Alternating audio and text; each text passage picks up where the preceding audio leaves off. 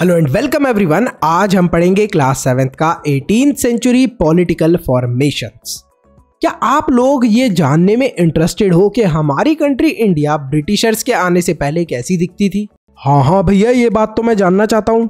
हमारे पास ये दो मैप हैं। अब आप बोलोगे ये दोनों मैप तो इंडिया के हैं, लेकिन ध्यान दो, अभी हम लोग बात कर रहे हैं 18th सेंचुरी की। इस समय तो इंडिया बना ही नहीं था, तो उस समय इंडिया को हम लोग बोलते थे सब कॉन्टिनेंट। तो ये मैप है सब कॉन्टिनेंट का, जब ब्रिटिशर्स हमारी कंट्री के ऊपर रूल नहीं कर रहे थे। और ये है मैप 2, जब ब्रिटिशर्स हमारी कंट्री के ऊपर रूल कर रहे थे। तो आप देख सकते हो कि कैसे बड़ी बड़ी जगह पे बड़े बड़े पोर्शंस में ब्रिटिशर्स ने अपना कब्जा जमा लिया। यहाँ पर आप देख सकते हो कि ब्रिटिशर्स ने क्या करा है, बहुत ही बड़े पोर्शन के अंदर अपना कब्जा जमा लिया। एक बार मैं आपको दिखा देता हूँ इसको जूम करके भी। तो यहाँ पर आपके सामने ये हो गया हमारा मैप ओपन। तो आप देख सकते हो इस मैप के अंदर ये जो आपको ऑरेंज वाला पार्ट दिख रहा है ना, इस वाली जगह पे ब्रिटिशर्स ने अपना कब्जा जमाया। और पहले हमारी कंट्री कुछ इस तरीके की दिखती थी। इसके ऊपर कौन रूल कर रहा था हमारी कंट्री के ऊपर ब्रिटिशर्स से पहले? मुगल एम्पायर। ठीक है, मुगल एम्पायर के बाद कौन आया? फिर ब्रिटिशर्स। और यहाँ पे जहाँ पे आपको ये ऑरेंज ऑरेंज मार्क्स दिख रहे हैं, यहाँ पर ब्रिटिशर्स ने अपना कब्जा जमाया। देखते ही देखते हमारी पूरी कंट्री के ऊपर ही उन्होंने क्या कर लिया था, अपना कंट्रोल कर लिया था। तो बेसिकली हम लोग इस चैप्टर के अंदर क्या देखने वाले हैं? हम इस चैप्टर के अंदर यही सारी चीज़ें देखने वाले हैं। तो 1765 तक हम देखेंगे कि कैसे ब्रिटिशर आए, उन्होंने सक्सेसफुली ग्रैब करा हमारी कंट्री का जो मेजर पार्ट था वो, और साथ ही में हमारी कंट्री की पॉलिटिकल कंडीशन कैसी थी, ये भी हम देखने वाले हैं इस चैप्टर के अंदर। तो इस चैप्टर के अंदर हम देखेंगे कि कैसे नए नए पॉलिटिकल ग्रुप्स आए, कैसे ब्रिटिशर्स ने कंट्रोल करा हमारी कंट्री को, कैसे वो बहुत ज़्यादा पार्ट के अंदर हमारी कंट्री के ऊपर कंट्रोल करने लगे। तो ये सारी बात शुरू होती है कब से? जब औरंगजेब की डेथ होती है। अब ये औरंगजेब कौन था? ये भी एक मुगल रूलर था। इनकी डेथ हो जाती है। उसके बाद जो थर्ड पानीपत का बैटल होता है 1761 का, वहाँ तक हमें इस चैप्टर के अंदर समझाया गया है। और यहाँ तक ब्रिटिशर्स ने कैसे अपना रूल चारों तरफ बनाया।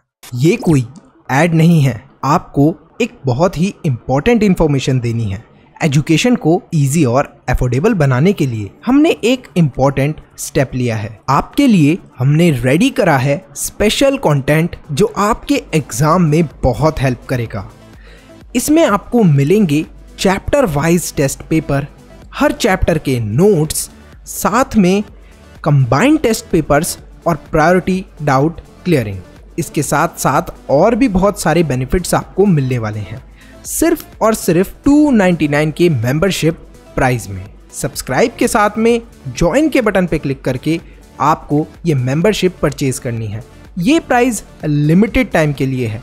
अरे वाह भैया, इतने कम प्राइस में इतनी सारी चीजें, मैं तो अभी मेंबर बन जाता हूं।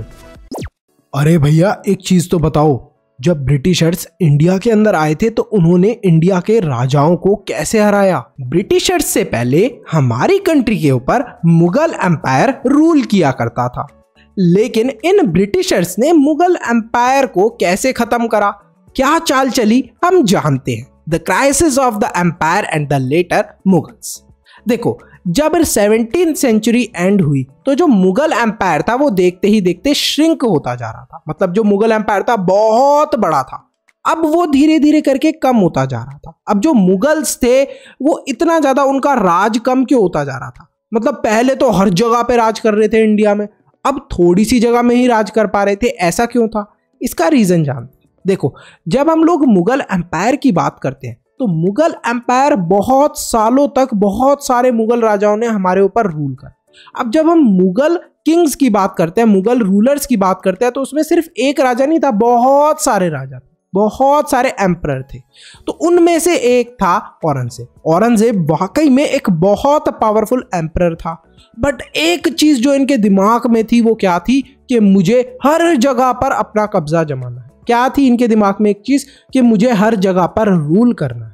इन्होंने क्या डिसाइड करा औरंगजेब ने कि मैं हर जगह पे रूल करूंगा। इस वजह से हर जगह ये अपनी मिलिट्री लेकर पहुंच जाते थे और बोलते थे कि मेरे पास पैसे तो ऑलरेडी बहुत सारे हैं, तो अपनी मिलिट्री और अपने पैसों की मदद से हर जगह पर पहुंच जाते थे और हर जगह के राजा पे हमला करके उस जगह पे अपना कब्जा जमा लेते थे।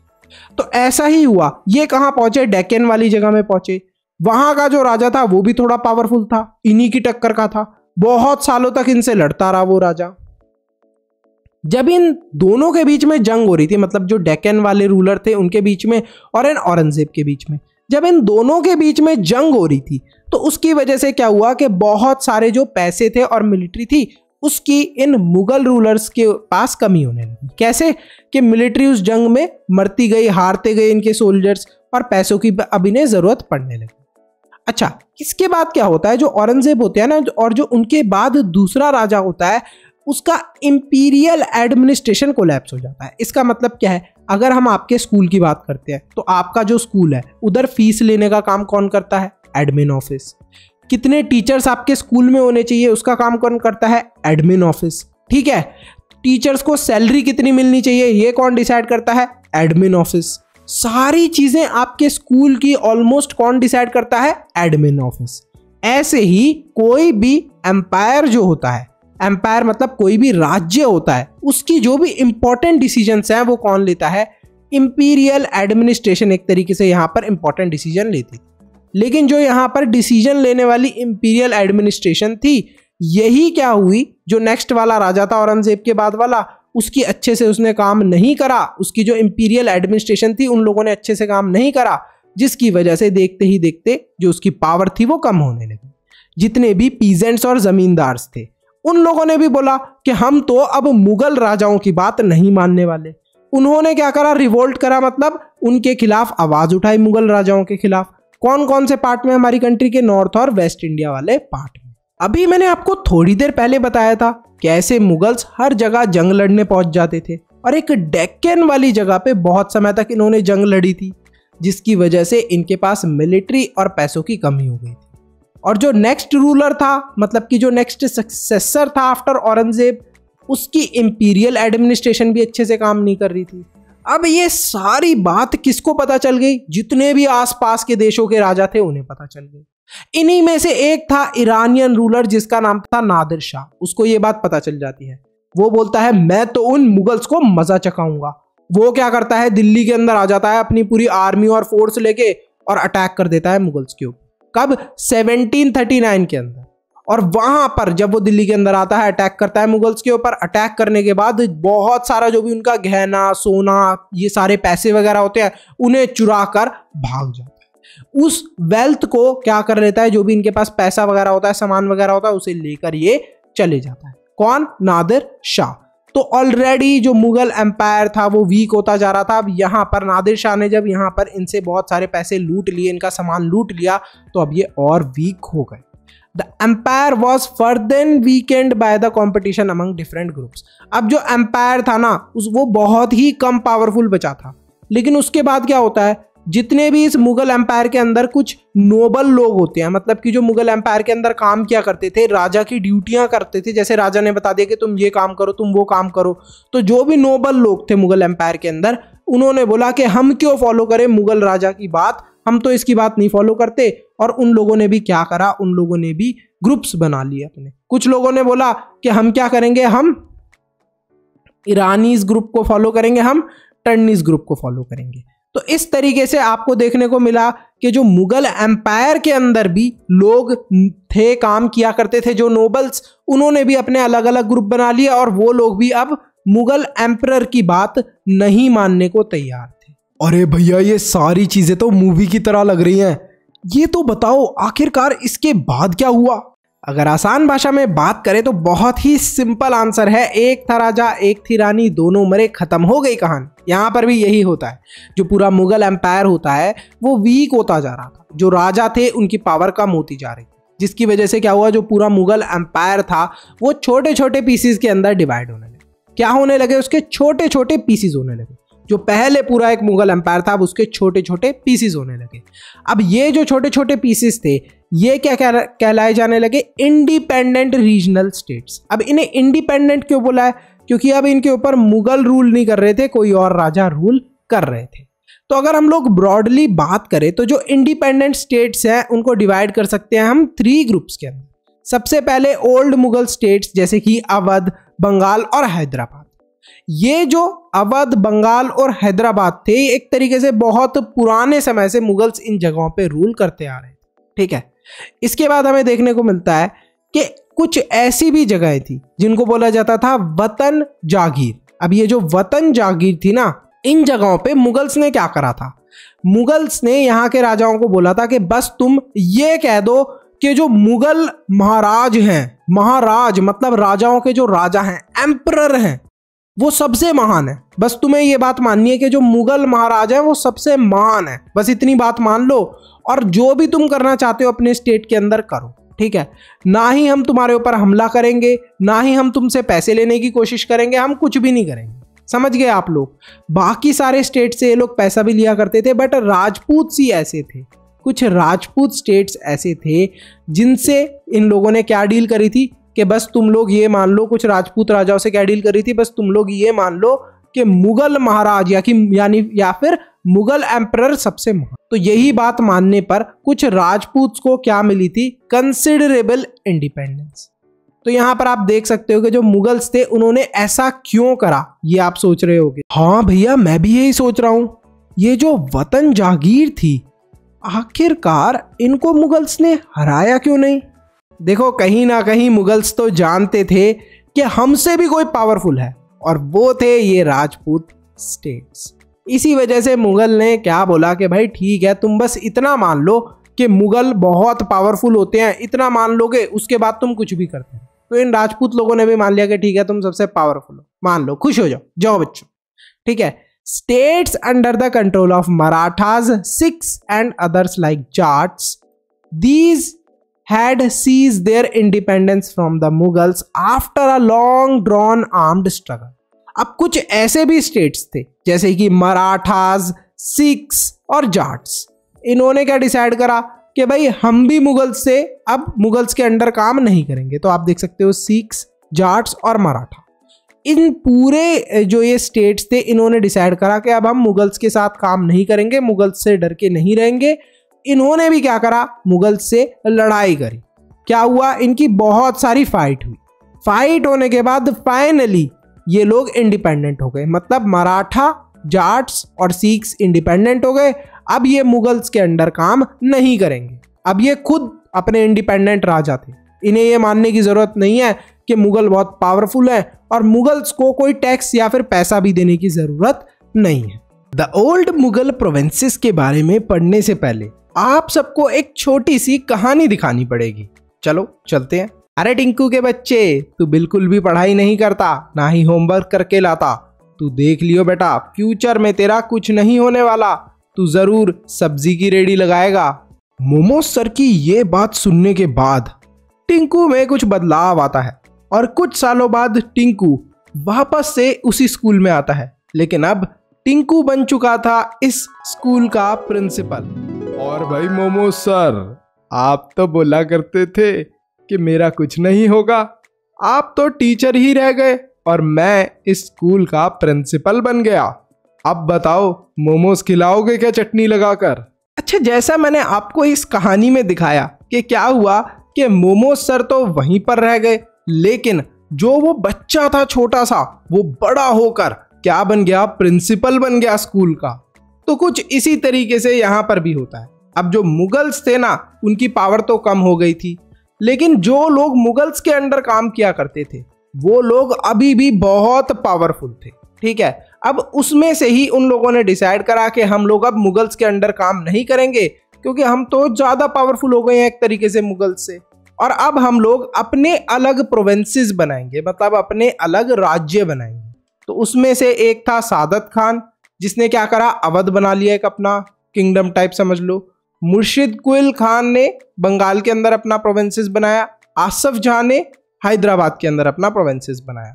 अब ये जो लोग थे ना, ये पावरफुल कैसे थे, ये चीज डिफाइन होती थी इनकी जात रैंक से। ये एक रैंकिंग सिस्टम होता था, जैसे स्कूल में होता ना, first, second, third, fourth, fifth, sixth, इसी तरीके से ये एक रैंकिंग सिस्टम होता था। तो जो आसफ झा थे और मुर्शिद कुल खान थे, इनकी जात रैंक थी 7000, जो कि काफी ज्यादा थी, ठीक है। और जो सादत खान थे, उनकी जात रैंक थी 6000। तो ये बहुत ही ज्यादा पावरफुल लोग थे और इन्होंने फाइनली डिसाइड कर लिया था कि अब हम लोग मुगल्स के अंडर काम नहीं करेंगे, हम अपना खुद का प्रोविंस बनाएंगे। अब एक बार बात कर लेते हैं कि कौन कौन से प्रोविंसेस में कौन कौन रूल कर रहा था। अभी हमने देखा किसने कहाँ पे रूल करा, फटाफट एक बार रिकॉल करते हैं।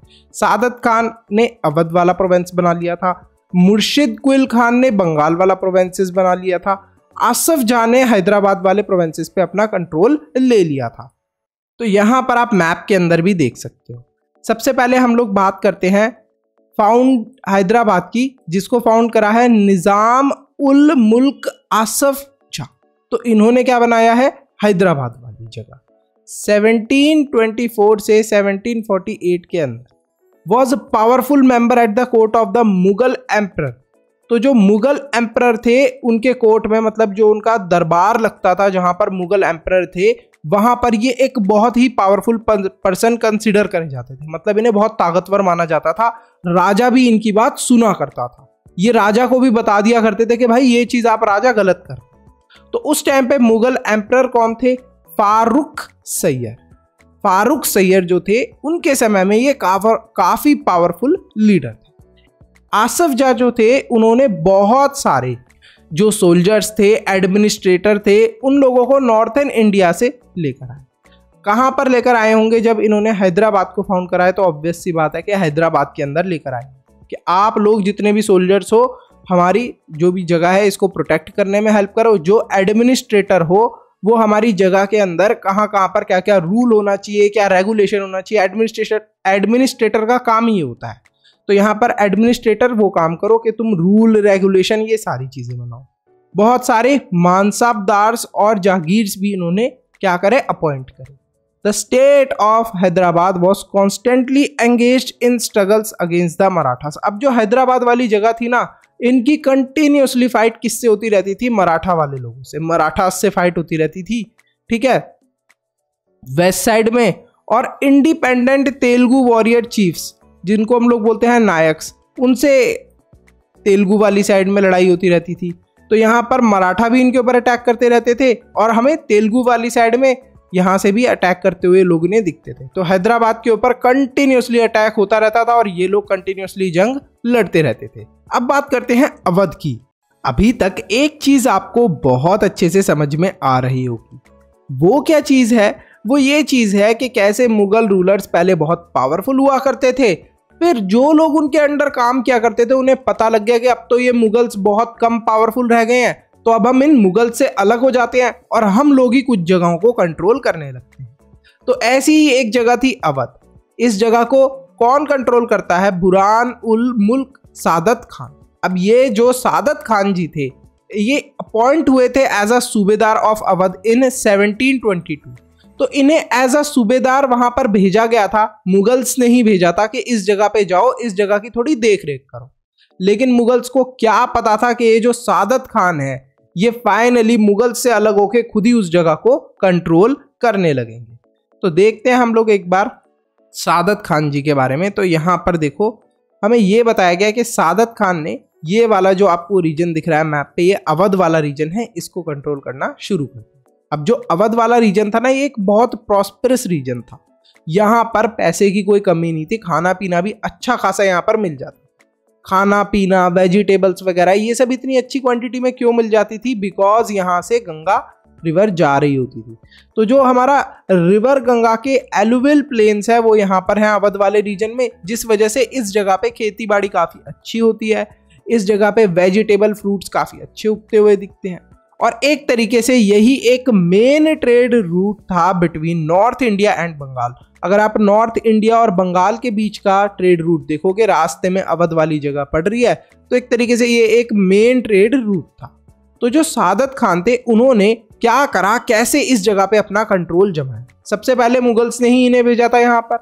कैसे अपॉइंट करा था, मुगल्स ने इन्हें अपॉइंट करा था एज सूबेदार ऑफ अवध इन 1722।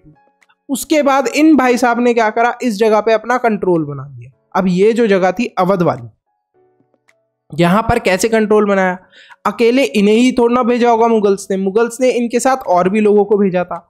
लेकिन क्या करा, सादत खान जी जो थे वो काफी पावरफुल थे। उन्होंने धीरे धीरे करके जो मुगल इन्फ्लुएंस था पूरे अवध रीजन पे उसको कम करने की कोशिश करी। मतलब कि मुगल्स के जो और भी छोटे मोटे लोग थे जो मुगल्स के सपोर्ट में थे, उन्हें इस जगह से हटाया सबसे पहले। उनको हटाने के बाद इन्होंने रिड्यूस करा जागीर्स का साइज और वहां पर अपॉइंट कर दिए अपने खुद के लॉयल सर्वेंट्स, मतलब जो लोग इनकी बात माना करते थे उन लोगों को इस जगह पे अपॉइंट कर दिया, अलग अलग जगहों पे अपॉइंट कर दिया। ठीक है, जो भी यहाँ पर वेकेंट पोजीशन थी वहां की। ठीक है, तो यहाँ पर देखते ही देखते क्या हो गए, ये फाइनली इन्होंने अवध वाले रीजन को क्या कर लिया, अपने कंट्रोल में ले लिया। बाद में जो स्टेट था ये पूरा अवध वाला, ये किस चीज के ऊपर डिपेंड करता था, ऑन लोकल बैंकर्स। मतलब जो बैंक होते हैं ना, लोग पैसे लेने का, देने का, उधार लेने का या उधार देने का काम करते हैं, इस चीज पे ये काफी ज्यादा एरिया डिपेंड करता था। इसी वजह से यहाँ के लोगों को right to collect tax for the highest bidders भी दे दिया जाता था। अब इसका मतलब क्या है, इसका मतलब बहुत सिंपल है। यहां पर जो थे सादत खान, ये क्या बोलते थे कि ऐसा करो, जो लोकल बैंक्स होते थे कि मुझे है ना कुछ पैसों की जरूरत है, मुझे कुछ पैसे दे दो। लोकल बैंक ने बोला ठीक है हम आपको पैसे दे देंगे, लेकिन आप तो इतने बड़े राजा हो, हम आपसे पैसे वापस कैसे लेंगे। तो सादत खान ने बोला ठीक है मैं तुम्हें पैसे रिटर्न करने का भी तरीका बता देता हूँ। देखो जितने भी यहाँ पर क्रॉप्स ग्रो होते हैं, इन क्रॉप्स को ग्रो करने के बाद लोग जब सेल करते हैं तो मुझे क्या करते हैं, कुछ टैक्स देते हैं। मान लो किसी फार्मर ने 100 रुपीज के क्रॉप्स ग्रो करे एग्जाम्पल के लिए, तो 100 रुपीज के जब उसने क्रॉप्स ग्रो करे तो उन्हें सेल करेगा वो मार्केट में 100 रुपीज का। जब वो 100 रुपीज का उन क्रॉप्स को सेल करेगा तो उस 100 रुपीज में से 25 रुपीज इनके पास आते थे, सादत खान के पास।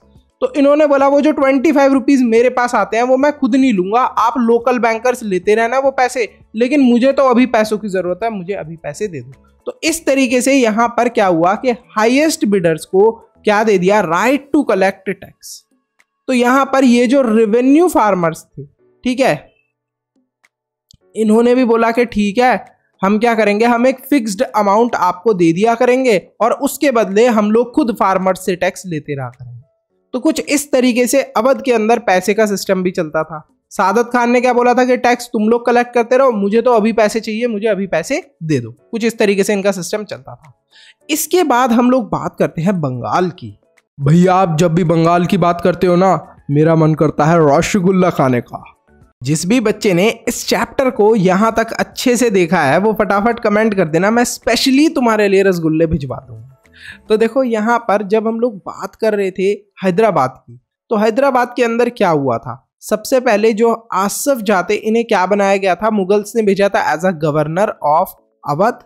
उसके बाद इनको डेक्कन का पूरा चार्ज दे दिया गया था, बोला था कि अब तुम पूरी डेक्कन वाली जगह को संभालो। और फिर इन्होंने क्या करा था, मुगल से डिसाइड करा था कि मैं अलग हो जाऊंगा और फिर अपना खुद का कंट्रोल इस जगह हैदराबाद वाली जगह पे अपना खुद का कंट्रोल करूंगा। ठीक है, नेक्स्ट अवध के अंदर क्या हुआ, अवध के अंदर जो सादत खान थे इनको कैसे अपॉइंट करा था मुगल्स ने, एज सूबेदार। ठीक है, सूबेदार बनाकर भेजा था, जो कि बहुत हाई रैंक हुआ करती थी। ठीक है, ऐसे ही जो आसफ जा की भी रैंक थी वो काफी ज्यादा हाई थी, मतलब बहुत ही अच्छी वाली पोजीशन पे थे, और सादत खान भी बहुत ऊंची वाली पोजीशन पे थे। तो इन्हें अपॉइंट करा जाता है अवध के अंदर। और अवध के अंदर भी ये क्या करते हैं, जो सादत खान थे, ये जब देखते हैं कि मुगल्स कम पावरफुल हैं तो मुगल से अलग होके अपनी खुद का ही ये स्टेट पे कंट्रोल बना लेते हैं। अब नेक्स्ट बंगाल के अंदर क्या होता है, जो मुर्शिद कुल खान थे इन्हें मुगल्स भेजते हैं, अपॉइंट करते हैं एज नाइब। अब जो नाइब होती है ना वो इतनी पावरफुल रैंक नहीं होती कंपेयर टू जो हमने यहाँ पर देखा, सूबेदार वाली रैंक और गवर्नर वाली रैंक, और यहाँ इनको तो पूरा इंचार्ज ही दे दिया था, तो इतनी पावरफुल रैंक नहीं थी इनकी। लेकिन फिर इन्होंने कंट्रोल कैसे जमाया, इन्होंने मौका ढूंढा कि कब कहां पर मैं कैसे क्या कर सकता हूं, और जैसे ही इन्हें मौका मिला इन्होंने मौका मिलते ही अपना कंट्रोल बना लिया बंगाल वाले रीजन पे।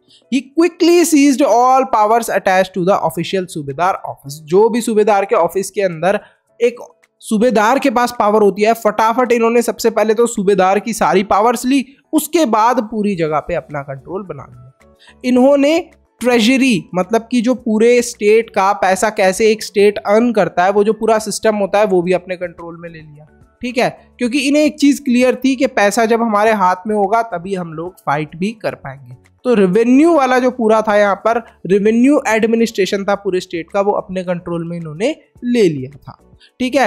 Proceeds were collected very strictly in cash from all zamindars. जितने भी जमींदार थे उनसे जो पैसे या फिर आप बोल सकते हो टैक्स जो भी लेने का काम होता था वो बहुत ही स्ट्रिक्टली होता था। ये भी नहीं होता था कि एक दिन कोई लेट दे दे या 2 दिन लेट दे दे या किसी के पास कुछ पैसे कम है तो उसको एक्सक्यूज कर दिया। नहीं भाई, पैसे चाहिए तो चाहिए, टाइम पर चाहिए।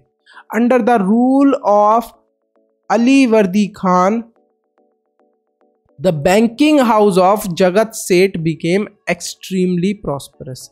तो यहाँ पर जो इनके बाद भी शायद कोई रूलर आए होंगे, उसके बाद क्या हुआ, यहाँ पर जो बैंकिंग हाउस हुआ करता था, मतलब पहले क्या होता था, पैसे लेने देने वाले जो भी लोग होते थे वो एक तरीके का खुद का ही बैंक कहा जाता था उन्हें। तो यहाँ पर जो बैंकिंग हाउस था जगत सेठ का वो काफ़ी ज़्यादा प्रॉस्परस हो गया under the rule of Alivardi Khan. अब ये जो अली वर्दी खान है ज़रूर मुर्शिद कुल खान के बाद वाले कोई रूलर होंगे बंगाल के अंदर। अब हम बात करते हैं वतन जागीर्स की। जब मुगल्स सब कॉन्टिनेंट के अंदर आए तो उन्होंने राजपूताना वाला रीजन देखा और सोचा कि हमें राजपूताना वाले रीजन पे क्या करना चाहिए, रूल करना चाहिए, यहाँ पर भी अपना कब्जा जमा लेना चाहिए। जैसे ही मुगल्स राजपूताना वाले रीजन में पहुंचे, उन्हें एक चीज समझ में आ गई कि इन राजपूत को हराना मुश्किल है क्योंकि इनकी आर्मी भी बहुत स्ट्रांग है और अगर ये सब लोग एक साथ मिल गए तो हम लोगों को छोड़ेंगे नहीं। मुगल्स ने वहां पर क्या करा, अपना वतन जागीर का कंसेप्ट लाए। अब जागीर का मतलब क्या होता है, ये मेरी जागीर है, मतलब कि वो चीज हमारे कंट्रोल में है। ठीक है। जागीर मतलब क्या होता है, जैसे मैंने बोल दिया कि ये जो है ये रिमोट, इट इज माय जागीर, तो ये क्या हो गई, ये चीज मेरी है, मेरे कंट्रोल में। ठीक है, इस तरीके से आप समझ सकते हो। जागीर का मतलब तो ये होता है, लेकिन वतन, वतन तो आप समझते हो हम देश को बोलते हैं। तो यहां पर मुगल्स ने ये जो वतन जागीर का कंसेप्ट था ये था।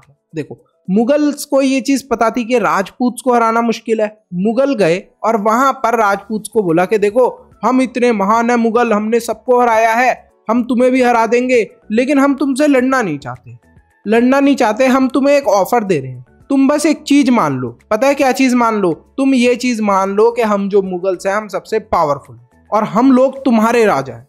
मतलब राजपूत राजाओं को ये बोला कि आपको बस ये चीज माननी है कि हम मुगल्स आपसे पावरफुल हैं और हम आपके राजा। तो राजपूत राजाओं से उन्होंने बोला कि फिर हम आपसे लड़ाई नहीं करेंगे अगर आप ये चीज मान लोगे और आप क्या हो जाओगे, हमारे वतन जागीर। तो मुगल्स की ये बात सुन के बहुत सारे राजपूत राजाओं को गुस्सा आया। उन्होंने बोला कि हम क्यों माने कि मुगल्स महान है और हमसे भी पावरफुल है और हम क्यों बुलाएं मुगल्स को राजा। ठीक है। तो उसमें से बहुत सारे राजाओं ने इस चीज को एक्सेप्ट नहीं करा, लेकिन बहुत सारे राजा रेडी भी हो गए। उन्होंने बोला ठीक है, मुगल से लड़ाई नहीं करनी पड़ेगी, मुगल्स बड़े पावरफुल हैं। तो जोधपुर, चित्तौड़गढ़ और जो अंबर वाली जगह है, यहाँ के राजाओं ने एक्सेप्ट कर लिया मुगल्स को एज देयर रूलर। तो इन लोगों के साथ मुगल्स ने कोई लड़ाई वड़ाई भी नहीं करी और इन लोगों से अच्छे से मुगल्स बातचीत भी किया करते थे। लेकिन बहुत सारे ऐसे राजपूत किंग थे, ऐसे राजपूत राजा थे जिन्होंने मुगल्स की एक नहीं सुनी। उनमें से एक हमें जो देखने को मिलते हैं वो है हमारे राणा प्रताप। मेवाड़ के एरिया के अंदर ये रूल किया करते थे। ठीक है, मेवाड़ वाला जो एरिया है वहां पर ये रूल किया करते थे और इन्होंने बोला कि मैं मुगल्स के अंडर काम नहीं करूंगा। मुगल्स ने इनके ऊपर कई बार हमला करने की कोशिश करी, कई बार इनके ऊपर अटैक करा, लेकिन उसका इनके ऊपर कोई भी फर्क नहीं पड़ा। बार बार ये अपनी पावर में आ जाते। तो ये चीज थी। बहुत सारे ऐसे रूलर्स थे जिन्होंने मुगल्स की बात मान के उन्हें महान मान लिया था, कुछ ऐसे रूलर्स थे जिन्होंने मुगल्स की बात नहीं मानी। तो बहुत सारे राजपूत किंग्स को क्या दे दी थी, कंसिडरेबल ऑटोनॉमी इन देयर वतन जागीर। तो उनको वतन जागीर बना दिया गया था और उनको बोल दिया था कि तुम्हें जो करना है वो चीज तुम करते रहो, बस ये चीज मानना कि जो मुगल्स हैं वो सबसे पावरफुल हैं और मुगल्स ही तुम्हारे भी राजा हैं। तो राजाओं से ये चीज एक्सेप्ट करवाने की कोशिश करी जा रही थी। 18th सेंचुरी के अंदर ये जो रूलर्स थे इन्होंने क्या करा, अपना कंट्रोल बढ़ाने की कोशिश करी। कंट्रोल बढ़ाने की कहां पर कोशिश करी? पहले जमाने में यही होता रहता था। जैसे आप मान लो ये जो जगह है, फॉर एग्जांपल हमने ले ली जोधपुर वाली जगह। अब ये जो जोधपुर वाली जगह है, यहाँ का जो रूलर है ये क्या करेगा, जब ये इसके पास थोड़ी आर्मी वगैरह आ जाएगी, पैसा वगैरह आ जाएगा, तो ये सोचेगा कि मैं अपनी जगह बढ़ा लेता हूँ। और जगह बढ़ाने के लिए क्या करता है, जैसलमेर वाले राजा से लड़ाई कर ली और अपनी जगह इन्होंने बढ़ा ली। इस तरीके से पहले फाइट होती रहती थी। तो यहाँ पर यही बताया गया हमें, ठीक है। ये लोग कंटिन्यूसली अटेम्प्ट करते हैं 18th सेंचुरी के अंदर अपनी जगह बढ़ाने की, ठीक है। कुछ राजा तो ऐसे थे जिन्होंने ये तो मान लिया कि हाँ ठीक है हम मुगल्स के अंडर काम कर रहे हैं, लेकिन वो तो मुगल्स की तारीफ करते रुकते ही नहीं थे। जैसे तुम्हारी क्लास में होते होंगे ना कुछ बच्चे। हाँ भैया ये बात तो आपने बिल्कुल सही बोली। कुछ ऐसे बच्चे हैं तो सही हमारी क्लास में जो मैम को देख के बोलते रहते हैं ma'am you are looking very beautiful, चाहे मैम अपना मुंह भी ना धो के आई हो स्कूल में। हाँ बिल्कुल सही कहा। तो ऐसे ही कुछ रूलर्स थे, जैसे राजा अजीत सिंह ऑफ जोधपुर, इनको मिली गवर्नरशिप ऑफ गुजरात। मतलब इनको बोल दिया गया कि तुम बड़े अच्छे हो, मुगल्स की इतनी तारीफ करते हो, तुम्हें हम गुजरात की गवर्नरशिप दे रहे हैं। सवई राजा जय सिंह ऑफ अंबर, इनको क्या दे दी गई, गवर्नर ऑफ मलवा, ठीक है। मालवा वाला जो रीजन था वहां की इन्हें गवर्नरशिप दे दी गई। तो अब ये और ज्यादा पावरफुल हो गए जब इनके पास पावर आई, ठीक है, आर्मी वगैरह की। तो इन्होंने क्या चीज सोची, इन्होंने यही सोचा कि जो हमारा राज्य है, मतलब जिस जगह पे हम कंट्रोल कर रहे हैं, हम क्या करते हैं अपनी जगह को और ज्यादा एक्सपेंड कर देते हैं। मतलब आसपास के जो भी रीजन है हम उनके ऊपर भी अपना कंट्रोल जमा लेते हैं हमला करके। तो यही चीज हुई, इन्होंने एक्सटेंड करने की कोशिश करी, ठीक है। और अगर हम लोग बात करें सवई राजा जयसिंह की, तो ये काफी ज्यादा पावरफुल हो गए थे, ठीक है। इतने पावरफुल हो गए थे कि जो मुगल्स थे, एक तो मुगल्स भी इन्हें काफी ज्यादा सपोर्ट किया करते थे, जिसकी वजह से अगर आप इनके बारे में देखोगे, एक पर्शियन टेक्स्ट में लिखा है, पर्शियन अकाउंट है 1732 का, उसमें ये चीज लिखी गई है कि जो राजा जयसिंह थे इनको मुगल्स ने इनफैक्ट आगरा का भी गवर्नर बना दिया था फॉर 12 ईयर्स। 12 साल तक ये आगरा के गवर्नर रहे थे, ठीक है। और मालवा के अंदर ये 5 to 6 ईयर्स इन्होंने कंट्रोल करा था। तो ये बहुत ज्यादा पावरफुल हो गए थे अंडर द मुगल रूल। अब इसके बाद हम लोग बात करते हैं किस चीज की, हम लोग बात करते हैं मराठास की। देखो मराठास क्या कर रहे थे, मराठास भी चुप नहीं बैठ रहे थे। समझते हैं बात को। देखो जैसे यहाँ पर जो जोधपुर का राजा है, ये क्या कोशिश कर रहा है कि आसपास वाले इलाके पे हमला करके आसपास वाली जगह को कब्जा लो, ठीक है। ऐसे ही जो चित्तौड़गढ़ के राजा हैं वो सोच रहे हैं कि मैं अपनी जगह कब्जा लूं आसपास की जगह पे हमला करके। तो सब राजाओं के दिमाग में यही चलता रहता था कि दूसरी जगह हमला करके उनकी भी जमीन कब्जा लो। तो अब जब ऐसा हो रहा था तो इसी समय जो मराठास थे वो भी चुप कहां बैठते, वो भी कोशिश कर रहे थे कि हम भी राजस्थान के अंदर आके अटैक करके यहाँ पर क्या कर ले, अपना कुछ कब्जा जमा ले, हम भी एक्सपेंड हो जाएं फर्दर। तो यही चीज हमें बताई गई है। सब कॉन्टिनेंट के अंदर कुछ ऐसी जगहें भी थी जो मुगल्स के अंडर काम ही नहीं करना चाहते थे। क्या चाहते थे, इंडिपेंडेंस यानी कि आजादी चाहते थे। उनमें से एक कम्युनिटी हमें देखने को मिली सिख्स की। सिख्स ने 17th सेंचुरी के अंदर पंजाब वाली जगह बनाई, ठीक है। और सिख कम्युनिटी के एक तरीके से आप बोल सकते हो फाउंडर जो थे वो थे गुरु गोबिंद सिंह। गुरु गोबिंद सिंह जी का मैसेज बहुत ही सिंपल था कि हर एक इंसान की मदद करो, हर एक इंसान की हेल्प करो। काफी शांत किस्म की ये कम्युनिटी थी, लेकिन ये लोग मजबूर हो जाते हैं लड़ने के लिए with Rajput and Mughal rulers. अब ऐसा क्यों हो जाता है, ये लड़ने के लिए क्यों मजबूर होते हैं? क्योंकि सिख्स को फोर्स करा जा रहा था कि अपना धर्म छोड़कर तुम मुस्लिम के अंदर कन्वर्ट हो जाओ। और ये चीज कौन करने की कोशिश कर रहा था? ये चीज जो मुगल रूलर औरंगजेब था वो करने की कोशिश कर रहा था। जो उसकी ये बात नहीं मानता था उसे वो मार दिया करता था। काफी क्रूल टाइप का रूलर था वो, ठीक है। तो यहां पर इसी वजह से फाइनली गुरु गोबिंद सिंह जी ने भी डिसाइड करा कि अब हम लोग चुप नहीं बैठने वाले, हमें मारा जा रहा है, हमारे ऊपर हमले करे जा रहे हैं बेवजह। अब हम भी क्या करेंगे, राजपूत और मुगल रूलर्स के खिलाफ आवाज उठाएंगे, इनके ऊपर हम भी हमले करेंगे और हम भी फाइनली अपने आप को आजाद करके ही शांति लेंगे। अब इसके बाद क्या होता है कि इनकी डेथ हो जाती है 1708 के अंदर। लेकिन जो खालसा था जो पूरी सिख कम्युनिटी थी, एक तरीके से ये लोग अभी भी मुगल्स के खिलाफ चुप नहीं बैठने वाले थे। अब गुरु गोबिंद सिंह जी की तो डेथ हो गई थी, तो इन्हें कौन कंट्रोल करेगा? तो इन्हें कंट्रोल करते हैं बंदा बहादुर, ठीक है। बंदा बहादुर को भी कैप्चर कर लेते हैं मुगल 1715 के अंदर और उनको बहुत बुरी तरीके से तड़पाया जाता है। अब आप देख रहे हो ये जो फोटो, ये एक्चुअली में हुआ था। उनके जो दोनों बेटे होते हैं उनका सर काट दिया जाता है इन्हीं के सामने, इनकी आंखें निकाल ली जाती हैं और इनको बोला जाता है कि तुम हमारा धर्म यानी कि इस्लाम एक्सेप्ट करो, इस्लाम धर्म के अंदर बदल जाओ। लेकिन ये नहीं बदलते। 1716 के अंदर थक जाते हैं सारे मुगल रूलर्स इनके ऊपर अत्याचार करते करते, और वो फाइनली डिसाइड करते हैं कि इनको एग्जीक्यूट कर दिया जाए, इनको मार दिया जाए। जो भी चीज बंदा बहादुर के साथ हुई थी, इसके बाद सिख कम्युनिटी ऑब्वियसली चुप नहीं बैठने वाली थी। तो उन्होंने आखिरकार क्या करा, देखो, under a number of able leaders, बहुत सारे लीडर्स एक साथ इकट्ठे हुए। उन्होंने बोला कि जो हम सिख्स हैं, हम लोग क्या करते हैं, अपना क्या बना लेते हैं, एक तरीके से ग्रुप बना लेते हैं। अब ये जो ग्रुप होता है इसे बोला गया जत्था। अब ये जो जत्था था ना, बहुत बड़ा था, और यही जत्था जब अलग अलग ग्रुप्स थे, ये सब एक साथ कंबाइन हो जाते थे तो एक ग्रैंड आर्मी बनती थी जिसे बोला जाता था दल खालसा, जो कि वाकई में बहुत पावरफुल थी। ये लोग एक साथ कहां पर मिला करते थे, अमृतसर के अंदर at the time of Baisakhi and Diwali. Diwali और बैसाखी के समय ये सब लोग एक साथ मिला करते थे, ठीक है, और याद दिलाया करते थे कि क्या चीज हमें गुरु गोविंद सिंह जी ने बोली थी, क्या हमारे गुरु ने हमें बताया था, क्या रिजोल्यूशन दिया था। तो इस चीज के बारे में ये सबको याद दिलाया करते थे। और वो एक्चुअली में था क्या रिजोल्यूशन, ठीक है, रिजोल्यूशन यही था कि हम लोगों को आजाद होना है, किनसे, मुगल से। A system called rakhi was introduced, एक सिस्टम था जिसे राखी बोलते थे हम लोग, वो इंट्रोड्यूस करा गया। Offering protection to cultivators in the payment of a tax of 20% of the produce. अब यहां पर क्या हुआ, एक राखी सिस्टम भी इंट्रोड्यूस करा गया। और इस राखी सिस्टम के अंदर क्या हुआ, राखी सिस्टम के अंदर यह बोला गया कि जो भी अपने क्रॉप्स को ग्रो कर रहा है, वो क्रॉप्स को जब सेल करेगा तो उसका जो 20% आएगा, 20%, जैसे 100 रुपीज के किसी फार्मर ने क्रॉप सेल करे तो जो उसका 20% होगा वो हमें दे देना, उसके बदले हम आपको प्रोटेक्ट करेंगे। प्रोटेक्ट किससे करेंगे, कोई आपके ऊपर हमला करने की कोशिश करता है, अटैक करने की कोशिश करता है, उससे आपको प्रोटेक्ट करेंगे। लेकिन भैया राखी तो हाथ पर बांधते हैं ना राखी वाले दिन, ये एक थोड़ा सा डिफरेंट सिस्टम है। देखो, अब इतना बड़ा पूरा ग्रुप ऑर्गेनाइज करा था सिख्स ने, तो उसके लिए कुछ पैसे भी चाहिए थे, तो वो पैसे का जुगाड़ कुछ इस राखी सिस्टम के थ्रू ही होता था। मतलब ये फार्मर्स को प्रोटेक्शन प्रोवाइड करा करते थे, उसके बदले फार्मर्स इन्हें 20% कुछ पेमेंट दे दिया करते थे।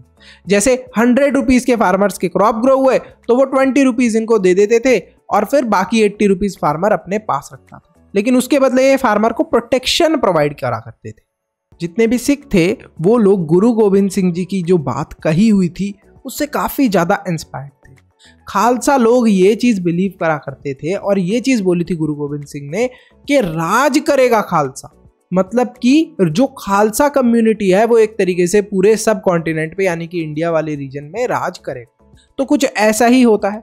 तो यहाँ पर जो सिख कम्युनिटी के लोग थे वो लोग फाइट करते हैं और फाइनली अपना कंट्रोल भी बहुत सारी जगह पर बना लेते हैं, ठीक है। तो इस तरीके से आपको ये चीज समझ में आ गई होगी। और Sikh territories late 18th century के अंदर हमें देखने को मिलती हैं, जो एक्सटेंड हो जाती हैं from Indus to Jamuna, but they were divided under different rulers. बहुत सारे इनके रूलर्स थे अलग अलग।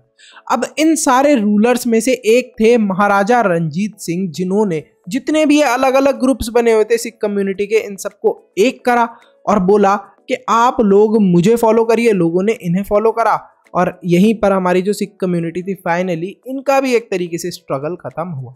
अब बात करते हैं हम लोग मराठास की।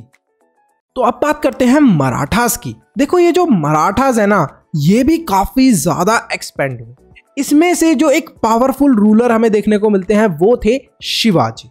अब शिवाजी ने भी बहुत सारी गलत चीजें नोटिस करी। इन्होंने क्या नोटिस करा कि कुछ और धर्म के लोग क्या कर रहे हैं, जो शिवलिंग होता है ना, वहां पर अपने घोड़े की जो रस्सी होती है ना, वो लाकर बांध दी। तो शिवाजी इस चीज को देखकर काफी ज्यादा हर्ट हुए, इन्हें काफी ज्यादा दुख हुआ। तो इन्होंने डिसाइड करा कि मैं एक ऐसा किंगडम बनाऊंगा जहां पर ऐसा कुछ भी ना हो, जहां पर हमारे धर्म की जो चीजें हैं उनके साथ कुछ भी गलत ना हो। तो एक्चुअली में ये सारी बात जाकर, ये सारी प्रॉब्लम जाकर इन्होंने अपनी दादी को बताई थी बचपन में। दादी ने इन्हें पता है क्या बोला, दादी ने बोला कि बेटा, अगर तुम ये गलत चीज रोकना चाहते हो तो तुम्हें कुछ ना कुछ तो पावरफुल चीज करनी पड़ेगी। तुम्हारे पास पावर होनी चाहिए कि तुम्हारी बात फिर सबको माननी पड़े। जैसे अभी मुगल्स की बात सबको माननी पड़ती है, ऐसे फिर तुम्हारी भी बात सब लोग माने। तो फाइनली जो शिवाजी थे वो डिसाइड करते हैं कि भाई मेरी बात कैसे मानेंगे लोग, अपना क्या करना पड़ेगा, मुझे अपना कंट्रोल स्टैब्लिश करना पड़ेगा। तो जो शिवाजी की सोच थी कि जो मराठा किंगडम है वो ऑल ओवर इंडिया यानी कि सब कॉन्टिनेंट में होना चाहिए, मुगल्स को हम लोग हटाकर हम ही अपना कंट्रोल लेंगे। तो बहुत सारी पावरफुल फैमिलीज के सपोर्ट के साथ, पावरफुल जो फैमिली थी देशमुख की, उन्होंने क्या स्टैब्लिश करा था, मराठा किंगडम स्टैब्लिश करा था। अब यहां पर क्या था कि शिवाजी के टाइम पे तो जो मराठा किंगडम था वो काफी बड़ा नहीं था, छोटा सा ही था, लेकिन जो इनके सक्सेसर्स थे उनके दिमाग में एक ही चीज चलती रहती थी, जो भी शिवाजी ने उन्हें बोली थी कि मराठा किंगडम क्या करना चाहिए, मुगल्स की जगह हमारा किंगडम बड़ा होना चाहिए। तो शिवाजी की डेथ के बाद जो एक्चुअल मराठा पावर थी वो एक्सरसाइज करी फैमिली ऑफ चित्पावन ब्राह्मण्स ने, जिन्होंने सर्व करा था एज शिवाजी सक्सेसर। इसका मतलब क्या, शिवाजी के बाद रूल किसने करा था, जो चित्पावन ब्राह्मण्स थे उन्होंने रूल करा था। इसके अंदर जो सक्सेसर्स थे वो कौन थे, पेशवा। इसका मतलब क्या है, देखो जो पेशवा लोग थे ना वो सिर्फ कोई एक रूलर नहीं था या एक आदमी नहीं था, प्रिंसिपल मिनिस्टर थे ये, मतलब कि एक तरीके से मेन वाले मिनिस्टर थे और इनके अंडर भी और सारे मिनिस्टर्स रहा करते थे। तो इस तरीके से जो इनका पूरा एम्पायर था ये काफी ज्यादा एक्सपेंड हुआ। बहुत सारे जो इनके सक्सेसर्स थे उनके दिमाग में एक ही बात चलती थी, वो थी शिवाजी की बात। और वो बात क्या थी कि हमारा जो मराठा एम्पायर है वो सबसे बड़ा होना चाहिए। तो आप यहां पर देख सकते हो पिक्चर के अंदर कैसे मराठा एम्पायर काफी ज्यादा एक्सपेंड भी हुआ है। बाय द 1730s जो मराठा किंग थे उनको रिकॉग्नाइज करा गया as the overlord of the entire Deccan peninsular. जो पूरा डेक्कन वाला एरिया है, यहाँ के जो सबसे महान राजा हैं वो कौन से हैं, मराठा किंग्स हैं, ऐसा माने जाने लगा। Marathas also developed an effective administration system. अब देखो जो मराठास थे ना, मुगल्स की सबसे पहले हार क्यों हुई थी, क्योंकि उनका जो एडमिनिस्ट्रेटिव सिस्टम था, वो लोग जो कि पैसे कलेक्ट करने का काम करते थे, रूल बनाने का काम करते थे, वो काफी ज्यादा इनइफेक्टिव थे, अच्छे से काम नहीं करते थे। तो मराठास ने इसी चीज के ऊपर काम करा और अपना जो एडमिनिस्ट्रेटिव सिस्टम था वो काफी अच्छा बनाया। साथ ही में इन्होंने जो रूल्स मुगल्स ने बनाए थे, जैसे चौथ और सरादेश मुखी सिस्टम जो था, इसको हटाया। अब ये चौथ और सरादेश मुखी सिस्टम क्या है, एक तरीके से ये टैक्स वाला सिस्टम है। एक बार मैं आपको बुक से दिखा देता हूं, और बुक के अंदर ये हमारा मेंशन भी है सिस्टम, ये दे रखा है चौथ और सरादेश मुखी।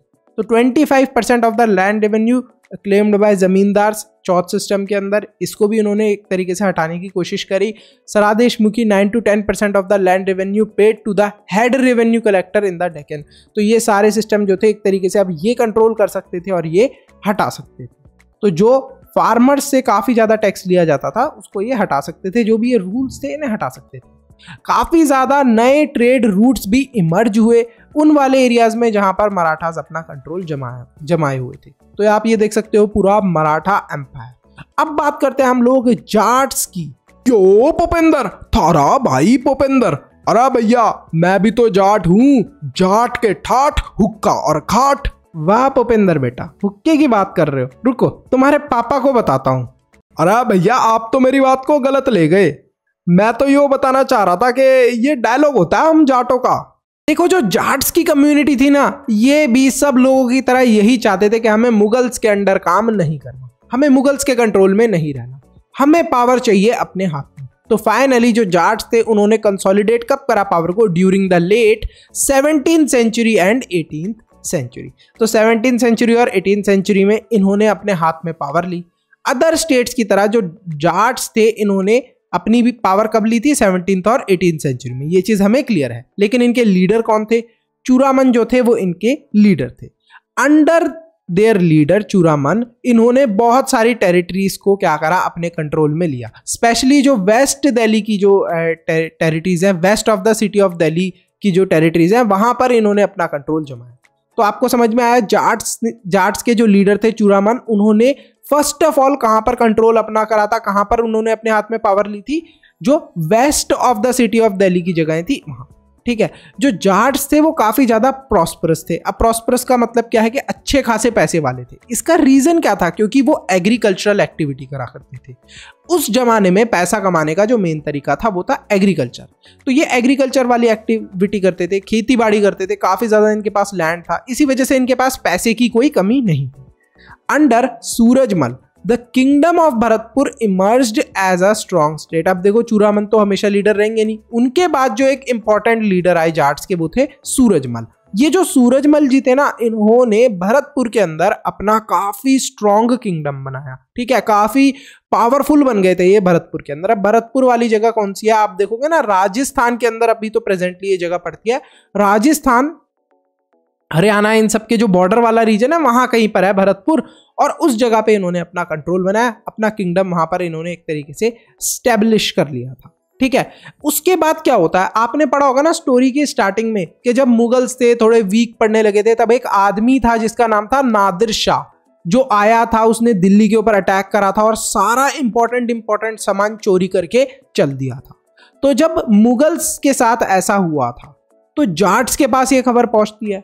तो यहां पर जो जाट्स थे उन्होंने सोचा कि यार अब क्या किया जाए, अब यहां पर हम कुछ ना कुछ कर सकते हैं। अच्छा, उस समय क्या हो रहा था कि जब मुगल्स के यहाँ पर ऐसे नादिर शाह ने अटैक करा था, चोरी कर ली थी पूरी, तो जितने भी सिटी के नोटेबल लोग थे वो लोग वहां से शिफ्ट हो गए थे जहां पर मुगल्स रहा करते थे, क्योंकि उन्हें ये डर था कहीं हमारे ऊपर भी ना अटैक हो जाए, हमें कोई जान से ना मार दे। तो वो लोग भी भाग गए थे, रेफ्यूज ले लिया था, शरण ले ली थी, दूसरी जगह चले गए थे। तो अब इस टाइम पर जो सूरजमल का सन था जवाहिर शाह, उन्होंने क्या करा, 30,000 ट्रूप्स जो उनके खुद के थे उन्हें लेकर और 20,000 ट्रूप्स मराठा से हायर करे, उनको कुछ पैसे दिए मराठास को और बोला कि हमें 20,000 ट्रूप्स दे दो, और 15,000 सिख ट्रूप्स को लिया। अब आप देख रहे हो 30,000 प्लस 20,000 सीधे 50,000 ट्रूप्स हो गए। अब इसमें आप 15,000 और ऐड कर दो, कितने हो गए, लगभग 65,000 ट्रूप्स हो गए। इनको लेकर पहुंच गए ये मुगल के ऊपर अटैक करने। मुगल्स कहां पर थे, दिल्ली के अंदर थे, अभी अभी चोरी हुई है इनके ऊपर, मुगल्स के ऊपर हमला हुआ है, अब ये पहुंच गए हमला करने के लिए। जब मुगल्स के ऊपर इस बार हमला हुआ तो ऑलमोस्ट मुगल्स हार से गए थे, और फिर इन्होंने क्या करा था, इन्होंने उस जगह पे अपना कंट्रोल जमा लिया था। इंपोर्टिंग ट्रेडिंग सेंटर जो था, जो इंपॉर्टेंट ट्रेडिंग सेंटर्स थे वो सब अब जाट्स के अंडर थे, और पानीपत और बल्लभगढ़ भी जाट्स के अंडर था। तो यहीं पर जो हमारा चैप्टर है वो खत्म होता है। आपने देखा कैसे जाट्स ने काफी पावरफुली लास्ट में अपना कंट्रोल ले लिया मुगल से। Dash established a stable Maratha kingdom, किसने स्टैब्लिश करा था एक स्टेबल मराठा किंगडम को? क्वेश्चन है आपके लिए, फटाफट इस क्वेश्चन का आंसर दो। एक बार बुक की रीडिंग जरूर करनी, एनसीईआरटी की, ठीक है, ये आपका होमवर्क है। ये चैप्टर यहीं पे खत्म होता है। अगर आपको इस चैप्टर के नोट्स चाहिए, देखो इस चैप्टर में पॉइंट्स में आपको समझाया हुआ है, काफी शॉर्ट बनाया है ये चैप्टर के नोट्स को, जिससे कि आप फटाफट एग्जाम से पहले सारे पॉइंट्स रिवाइज कर पाओ। या फिर आपको इस चैप्टर के सैंपल पेपर चाहिए, सबसे पहले नोट्स हमने समझ लिया कि ये सारे चैप्टर के अंदर जो इंपॉर्टेंट पॉइंट्स है ये नोट्स के अंदर है। फिर बात करते हैं सैंपल पेपर की। देखो ये जो चैप्टर है इसके बीच में से कुछ इंपॉर्टेंट क्वेश्चन आ सकते हैं, वो आपको नहीं पता कि किस टाइप के क्वेश्चन आएंगे एग्जाम में, वो सारे क्वेश्चन आपको सैंपल पेपर के अंदर मिल जाएंगे। एक चीज तो आपको पता ही है कि अब आप बड़ी क्लास में आ गए हो तो बुक के पीछे से तो क्वेश्चन आने नहीं वाले कि सर बुक के पीछे के क्वेश्चन कर ले काम चल जाएगा, नहीं। चैप्टर के बीच से जो इंपॉर्टेंट क्वेश्चन होते हैं वो आपको सैंपल पेपर में मिलेंगे, साथ ही में आपको शाउट आउट मिलेगा। What is shout out? Shout out का मतलब क्या होता है? देखो शाउट आउट का मतलब ये है कि आपको अप्रिशिएट करा जाएगा कि आप एज अ मेंबर बने हो, ठीक है। तो नोट्स, सैंपल पेपर और शाउट आउट, ये तीनों चीजें आपको मिलेंगी। लेकिन मिलेंगी कैसे? सब्सक्राइब करना है, उसके साथ में ज्वाइन के बटन पे क्लिक करके मेंबर बनो। ज्वाइन के बटन पे क्लिक करोगे, मेंबर बनोगे, आपको फटाफट ये सारे चैप्टर के नोट्स मिल जाएंगे। क्या सिर्फ इसी चैप्टर के मिलेंगे? बिल्कुल नहीं, आपको कंप्लीट जो आपकी 7th क्लास की तीनों बुक हैं उनके नोट्स, सैंपल पेपर, साइंस के नोट्स, सैंपल पेपर, इंग्लिश के नोट्स, सैंपल पेपर, मतलब एक मेंबरशिप के प्राइस में आपको 3 बुक्स के सैंपल पेपर और नोट्स। 3 क्यों आपकी, ये तो 3 तो इसी की हैं, एसएसटी की हैं, इनके भी मिल रहे हैं, इंग्लिश के भी मिल रहे हैं, साइंस के भी मिल रहे हैं, सैंपल पेपर भी और नोट्स भी। तो फटाफट आप मेंबर जरूर बनो, आपके लिए बहुत यूजफुल है ये चीज। और ये होमवर्क का क्वेश्चन कमेंट में जरूर लिख के देना। Thanks for watching, like subscribe share करना मत भूलना, अभी के अभी शेयर करो अपने दोस्तों के साथ इस वीडियो को। See you in the next class.